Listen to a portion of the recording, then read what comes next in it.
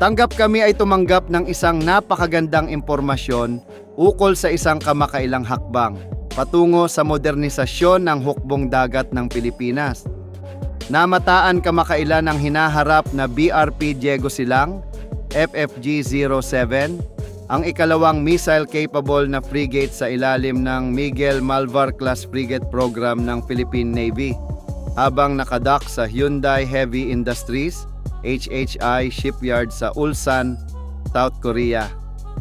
Nagkataon ang pagkakita rito sa opisyal na pagbisita ng pansamantalang Pangulo ng South Korea sa HHE, na lalo pang nagpatibay sa kahalagahan ng barko at sa lumalalim na ugnayang pangdepensa sa pagitan ng Seoul at Maynila.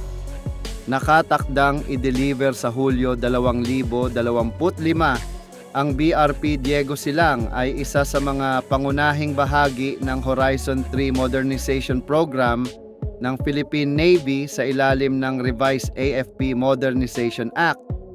Bahagi ito ng multibilyong pisong programa ng pamahalaan para sa modernisasyon at pagtatag ng isang mapagkakatiwalaang puwersa panangga habang pinapalakas ang kakayahan ng hukbong dagat ng Pilipinas sa larangan ng panrehiyong seguridad sa dagat. Ang Miguel Malvar class ay isang inobadong disenyo na humango sa karanasan mula sa Jose Rizal class frigate. Kabilang sa mga pagbabago ang mas pinahusay na combat management systems, pinalakas na disenyo ng hull, mas mababang radar signature para sa stealth at mas modernong missile platforms. Idinisenyo ang mga barkong ito para sa multi-domain warfare, kayang labanan ng banta mula sa lupa, dagat, ilalim ng dagat, at himpapawid gamit ang balancing sensors at armas. Ipinangalan ng barko kay Diego Silang, isang lider revolusyonaryo noong ika-18 siglo na namuno sa paglaban sa pananakop ng mga Kastila sa rehiyon ng Ilocos.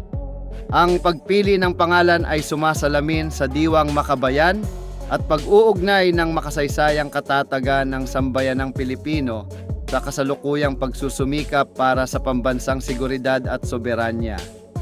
Bukod sa mga usaping militar, malaki rin ang naging impluwensya ng lumalalang tensyon sa rehiyon ng Indo-Pacific, lalo na sa West Philippine Sea, sa desisyong ito ng Pilipinas na palakasin ang kakayahang pangdagat, ang kakayahang magsagawa ng pangmatagalang pagpapatrolya, mabilis na pagtugon sa mga insidente sa karagatan, at pagpapatupad ng mga karapatan sa Exclusive Economic Zone, EEZ, ay itinuring na mahalaga sa pagbibigay proteksyon sa ating interes sa ilalim ng internasyonal na batas.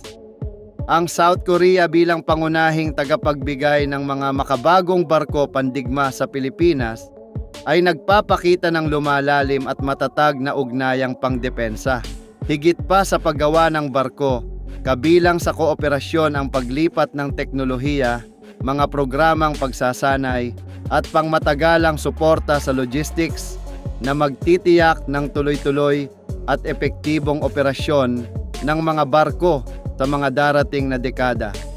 Ang Hyundai Heavy Industries ay patuloy na ipinapakita ang pagiging maaasahan bilang partner na may kakayahang makapaghatid ng dekalidad na barko ayon sa itinakdang oras at mga pamantayan ng Philippine Navy at Department of National Defense, DND.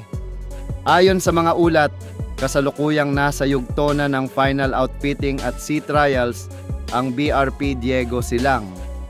Kasama rito ang mga pagsusuri sa mga armas, propulsion systems, navigational at communication equipment. Kapag natapos ang lahat ng pagsusuri at naabot ang mga kontraktual na kondisyon, magsisimula na itong maglayag patungong Pilipinas para sa opisyal na commissioning ceremony at formal na pagsama sa aktibong puwersa ng Navy. Bilang paghahanda, pinalalakas na rin ng Philippine Navy ang pagsasanay at kahandaan ng mga tauhan nito. Ilan sa mga piling marinong Pilipino at opisyal ang sumailalim na sa pagsasanay sa South Korea upang masiguro ang maayos na operasyon at maintenance ng mga makabagong sistema sa barko.